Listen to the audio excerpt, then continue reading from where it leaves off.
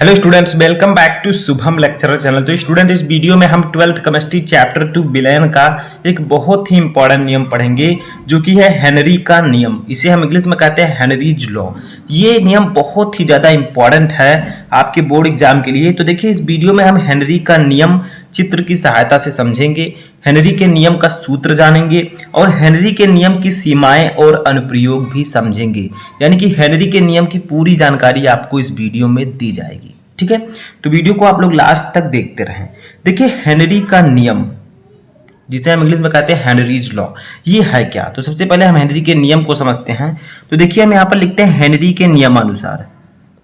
Henry के नियम के अनुसार, नियम के अनुसार। ठीक है, यानी कि इन्होंने अपना नियम दिया क्यों था, यानी कि हेनरी के नियम जो है क्या, ये हम समझेंगे पहले। उसके बाद चित्र समझेंगे, सूत्र समझेंगे, सीमाएं समझेंगे, यानी कि हेनरी के नियम की सीमाएं क्या है, लिमिट्स, और अनुप्रयोग, यानी कि हेनरी का नियम कहाँ कहाँ प्रयोग होता है। तो देखिए, हेनरी के नियमानुसार क्या है, स्थिर ताप पर, स्थिर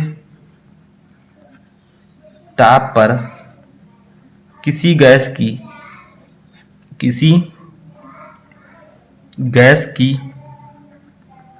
द्रव में विलयता,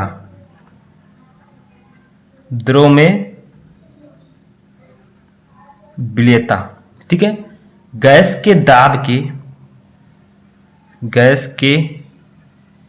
दाब के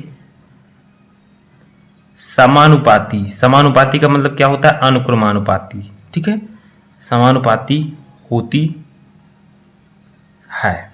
ठीक है, तो क्या कहा गया है कि स्थिर ताप पर किसी गैस की द्रव में विलयता का मतलब क्या होता है, घुलना। ठीक है, कोई गैस किसी द्रव में कितना घुलती है, तो वही है विलयता। गैस के दाब के समानुपाती होती है, यानी कि जो गैस की द्रव में विलयता होती है, घुलने की क्षमता होती है, वो प्रेशर पर निर्भर करती है। जितना ज़्यादा आप प्रेशर लगाएंगे, उतना ज़्यादा गैस द्रव में घुलेगा। जैसे समझिए, चित्र से समझेंगे तो और आसानी से आपको समझ में आ जाएगा। देखिए, चित्र यहाँ पर हम लोग एक बना लेते हैं। इस प्रकार से हमने एक बर्तन ले लिया है। ठीक है, क्या है, बर्तन है। थोड़ा आप और अच्छे से बना सकते हैं चित्र को। अब देखिए, इसमें भरा हुआ है पानी। ये देखिए, ये जल के मॉलिक्यूल्स हैं, यानी कि पानी इसमें भरा है। पानी यानी कि जल। ठीक है, अब जल है क्या, जल एक द्रव है, या आप विलायक भी कह सकते हैं। ठीक है, जल क्या है, द्रव है। अब देखिए, कोई गैस हम लाते हैं, मान लीजिए ऊपर से हम लेकर आते हैं O2, ऑक्सीजन गैस। अब ऑक्सीजन गैस के कुछ मॉलिक्यूल्स इसमें एंट्री करेंगे। ठीक है, कुछ मॉलिक्यूल्स जो है इसमें आएंगे। तो देखिए, ये कुछ मॉलिक्यूल्स इसमें आ चुके हैं। जब हमने ऑक्सीजन गैस जल के पास रखा तो कुछ ऑक्सीजन के मॉलिक्यूल जल में आ गए, लेकिन कुछ मॉलिक्यूल्स तो ऑक्सीजन के आ गए। अब हम चाहते हैं कि ऑक्सीजन के ज़्यादा से ज़्यादा ऑक्सीजन इस जल में घुले, तो कैसे घुल सकता है, हमें ऊपर से प्रेशर लगाना होगा।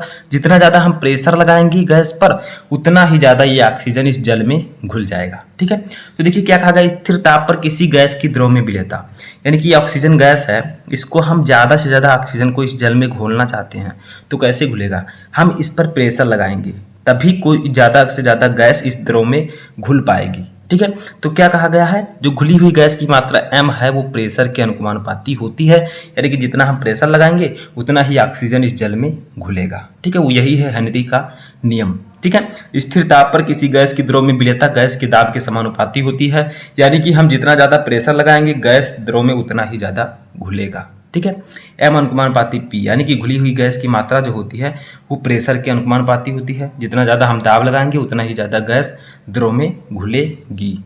ठीक है, तो इसी के संबंध में हेनरी ने नियम ये दिया था। ठीक है, अब आगे समझते हैं। देखिए, माना यदि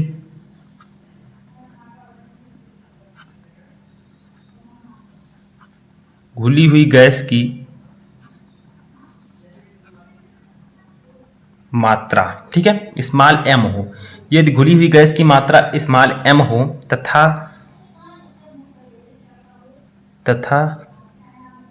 गैस का दाब स्मॉल p हो, तो हेनरी के नियमानुसार हेनरी के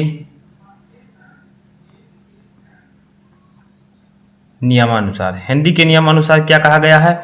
m अनुकुमानुपाती p, m अनुकुमानुपाती p, यानी कि जो घुली हुई गैस की मात्रा है वो प्रेशर के अनुकुमानुपाती होती है। जितना ज़्यादा हम प्रेशर किसी गैस पर लगाते हैं उतना ही ज़्यादा गैस द्रव में घुलती है। ठीक है, तो अब हम लोग इस अनुकुमानुपाती के चिन्ह को हटा देते हैं, तो आपका आ जाएगा m इक्वल टू, अनुकुमानुपाती के चिन्ह को हटाएंगे तो कोई स्थिरांक हमें लाना होगा, तो हम स्थिरांक लाते हैं समानुपाती स्थिरांक के इंटू पी।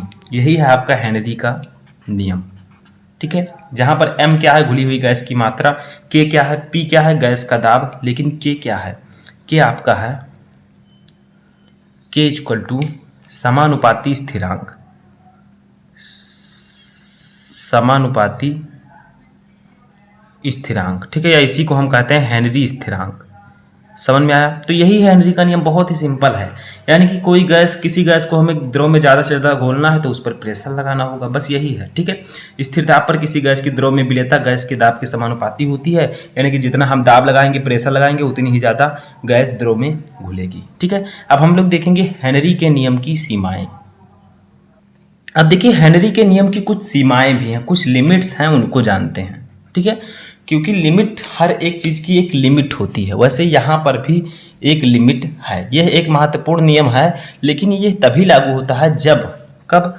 जब दाब अधिक हो, दाब अधिक हो, यानी कि जब हम गैस पर दाब अधिक लगाएंगे तभी ज़्यादा से ज़्यादा गैस द्रव में घुलेगी, तभी हेनरी का नियम लागू होगा। दूसरा देखिए, दूसरा है ताप बहुत कम ना हो, यानी कि जो स्थिर ताप है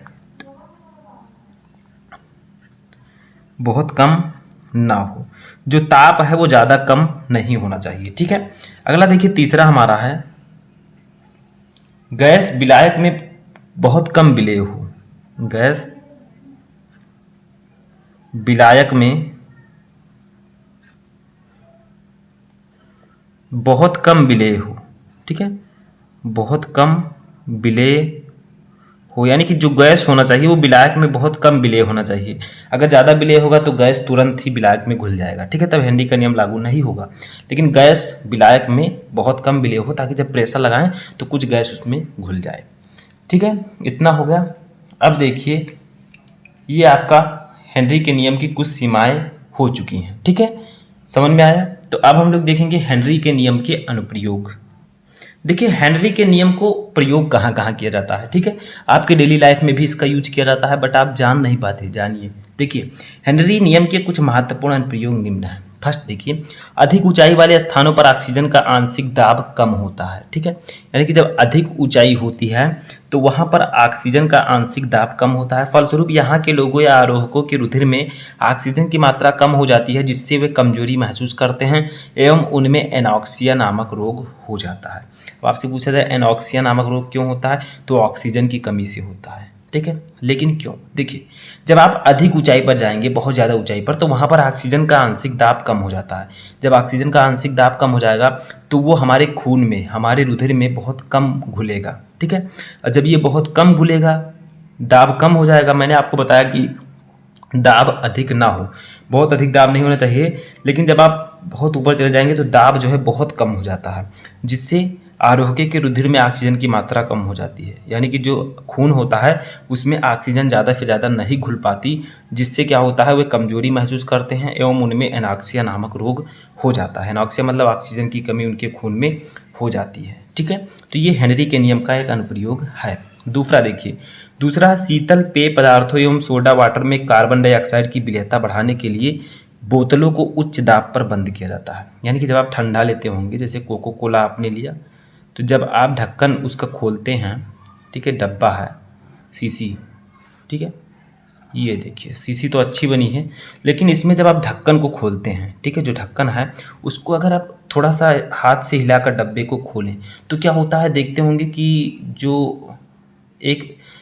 जो उसमें से हवा निकलती है वो एक बैग निकलती है, ठीक है, जो ठंडा होता है उसमें से। ठीक है, तो वही कहा गया कि शीतल पेय पदार्थों एवं सोडा वाटर में इसमें कार्बन डाइऑक्साइड की विलेयता बढ़ाने के लिए, यानी कि कार्बन डाइऑक्साइड को उसमें ज़्यादा से ज़्यादा घोलने के लिए वो क्या करते हैं, बोतलों के ढक्कन को बहुत ही उच्च दाब पर बंद करते हैं ताकि जो कार्बन डाइऑक्साइड है वो बाहर ना निकलने पाए और वो जो आपका शीतल पेय पदार्थ है जो ठंडा है उसमें कोल्ड ड्रिंक में आसानी से कार्बन डाइऑक्साइड खुली रहे। ठीक है, समझ में आया। तो इसीलिए उसको क्या करते हैं, बोतलों को उच्च दाब पर बंद करते हैं ताकि उसमें से गैस ना निकले। तो यहाँ पर भी हेनरी का नियम लागू होता है। तो ये थे आपके हेनरी का नियम, उसकी सीमाएं और उनके अनुप्रयोग। आई होप कि आपको अच्छे से समझ में आ चुके होंगे।